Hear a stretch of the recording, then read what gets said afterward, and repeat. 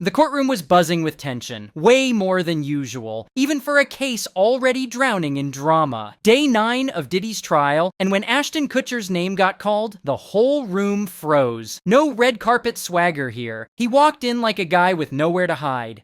Tie knotted tight, forehead shiny, eyes darting for a way out that didn't exist. For once, he wasn't on a movie set.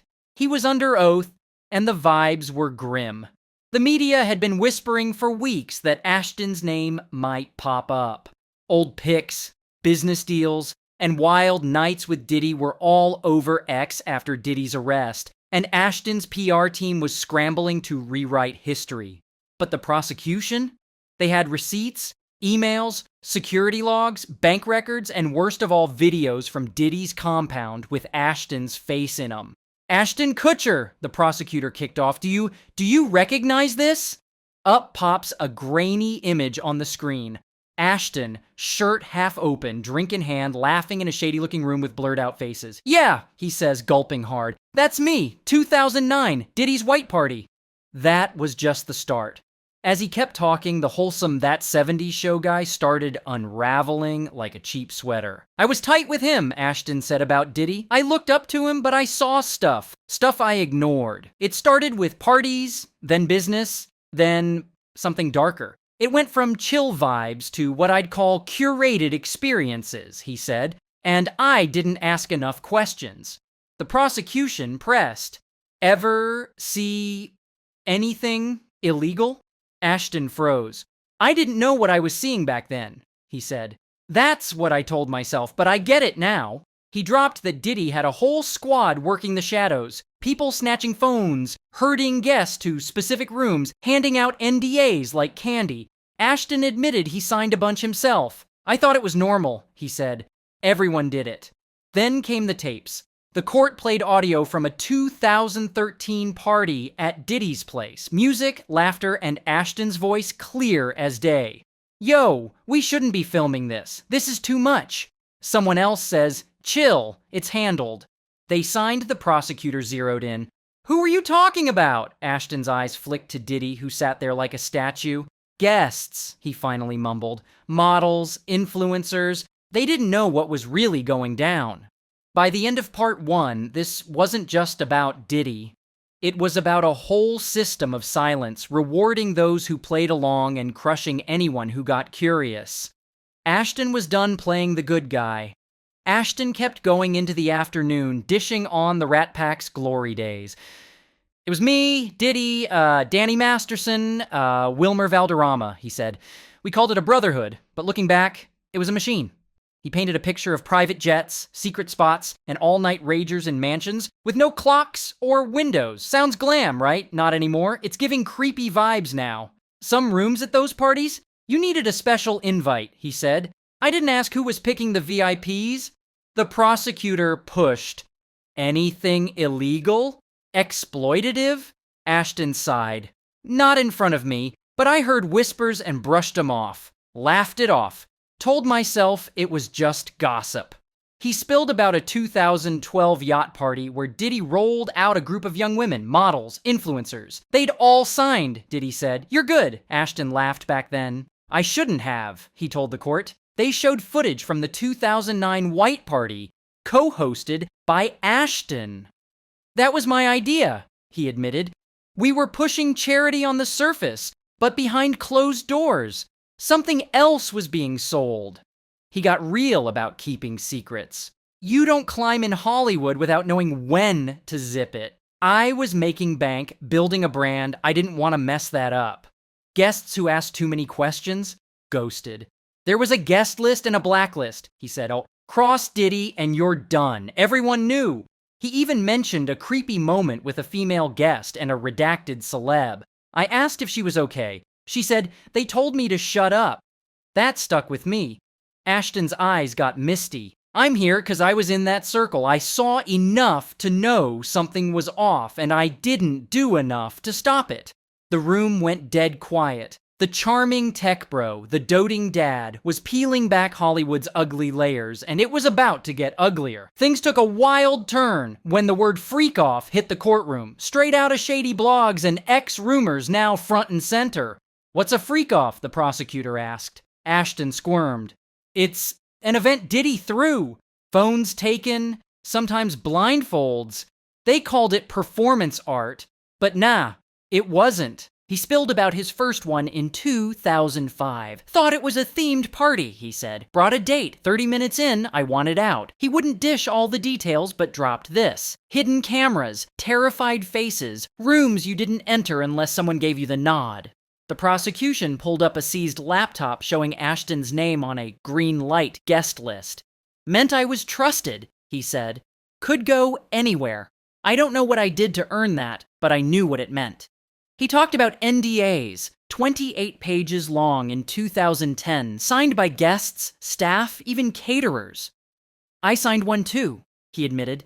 "Leaving wasn't easy. You're not just ditching a party," he said. "You're bailing on a whole power network." He recalled 2014 when he tried to bounce. "Told Diddy I was out." He said, "You don't quit. You're in or you're out forever." That week, 3 of Ashton's investment deals tanked. A friend called. "You pissed someone off." Ashton's voice got low. "I was scared, not just for my career, but for my family." Diddy didn't need to yell. He'd just ghost you, and that was enough to ruin you. The room broke for recess, but nobody budged. Ashton Kutcher, Mr. Nice Guy, was finally spilling the real tea. After the break, it wasn't about parties anymore. It was about the cash that fueled it all. Ashton, the Silicon Valley darling, had deals tied to Diddy's world that raised eyebrows. "In 2009, I got into more than just acting," he said. "Diddy hooked me up with founders, fund managers, doors even big VCs couldn't open. They didn't just throw ragers, they built empires, branding firms posing as clubs, investment groups hiding as blogs. It was a mix of marketing, surveillance, and recruitment. One anonymous investor kept popping up, linked to Diddy's overseas ventures. Bank records showed shady consulting payments tied to dates of Diddy's private bashes. Ashton admitted he didn't dig deeper. The money was good, he said. I didn't want to be the guy asking questions."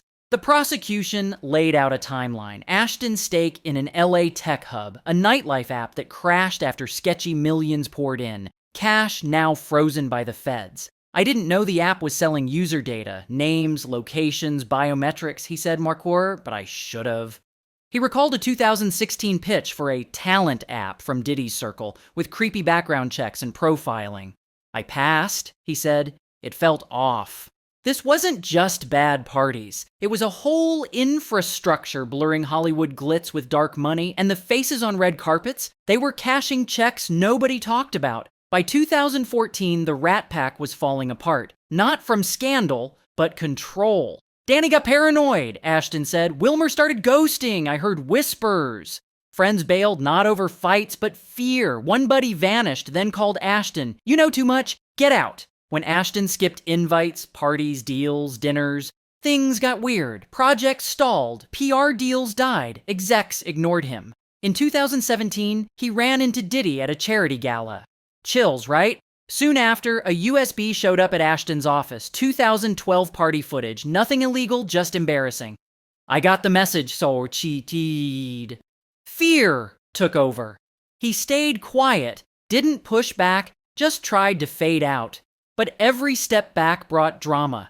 Tabloid leaks, hacked emails, lawsuit threats. In 2018, a friend warned about a civil suit against a Rat Pack member. "They said, we'll handle it," Ashton recalled. "That's when I knew this wasn't friendship. It was damage control."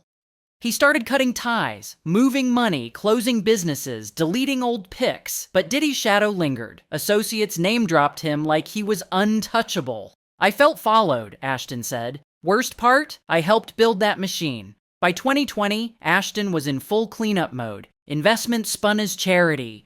TV spots, all wholesome. Family life, picture perfect. But he was running. The pandemic shook things up. Scandals started dropping, and Diddy's name went from whispers to headlines. "When I heard about the first raid," Ashton said. I wasn't shocked. I was relieved. That faded fast when subpoenas hit. X dug up old pics, and his name was back in the mess. Feds even raided one of his properties, grabbing footage, emails, travel logs. I gave him everything, he said. He stayed quiet publicly, scared of the fallout, and who it had hurt. Then came a 2023 Hamptons party clip, hosted by Ashton and Diddy, showing influencers led to restricted areas. Ashton's line on tape? Keep 'em calm till we start! He swore it was a branding shoot, but the internet didn't care. Endorsements tanked, tech partners bailed, and Mila, his wife, was furious. She told me to walk away years ago, he said. I didn't listen. His kids started asking why strangers yelled outside their house, why news vans camped out. I had to explain stuff I couldn't even explain to myself, he said. His empire, built on charm, was crumbling, not for what he did, but what he ignored. The room tensed when Ashton brought up Danny Masterson, his old brother already convicted. We came up together, he said, when she shared everything, work, parties, investors. On that 70s show, they weren't just co-stars, they were networking. Danny had Scientology, Ashton had tech, Diddy had music and fashion. They built a web to silence anyone who stepped out of line. When Danny faced accusations, it wasn't just lawyers. Favors got called in across industries. Ashton watched it go down.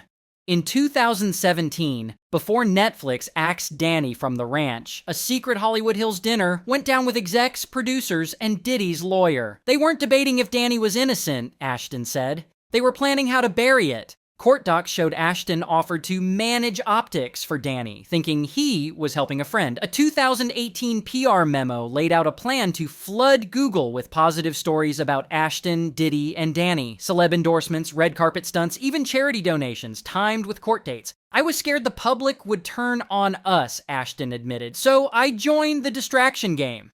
Then, a 2019 call from Danny shook him. He was freaking out, Ashton said. Said if he went down, he'd take people with him. When I asked who, he said, you know who signs the checks.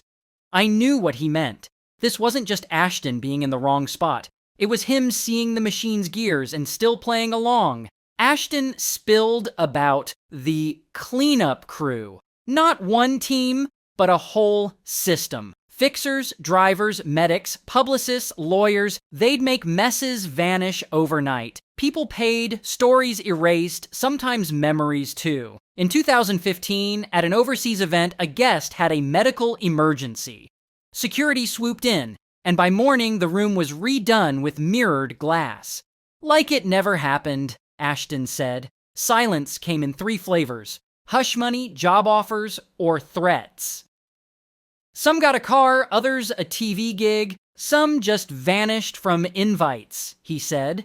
Court records showed Ashton funneled cash through an LLC to a media consultant tied to Diddy's fashion campaign. Why? I didn't know how to get out, he said. By 2021, he was done, cutting ties, closing ventures, wiping a decade of photos. But you can't erase the past. Ever try deleting part of your life? He asked. Someone always has a backup. In 2022, Mila got a creepy photo of her and their kids with a contract line she didn't recognize. Not a threat, just a reminder, Ashton said. Even if you leave the party, it doesn't leave you. So. Ashton sat still, like he knew this moment wasn't just about the trial. It was about his legacy. This isn't about saving face, he said. It's about saving what's left of who I am. Asked if he'd change anything, he didn't hesitate. I'd have walked away in 2005, the first time I saw a door close at one of those parties. I should have left, but I stayed, smiled for cameras, pitched apps while people got hurt. He'd sent letters to victims, not for forgiveness, but to say, I see it now. All of it. Turning to the judge, he said, if you need emails, records, names, I'm not fighting. I've fought for the wrong people too long. The room went silent. Even Diddy didn't move. This wasn't about celebs anymore. It was about the secrets they buried. Outside, the world was glued, debating if Ashton was a hero atoning or just another guilty guy with a slick smile.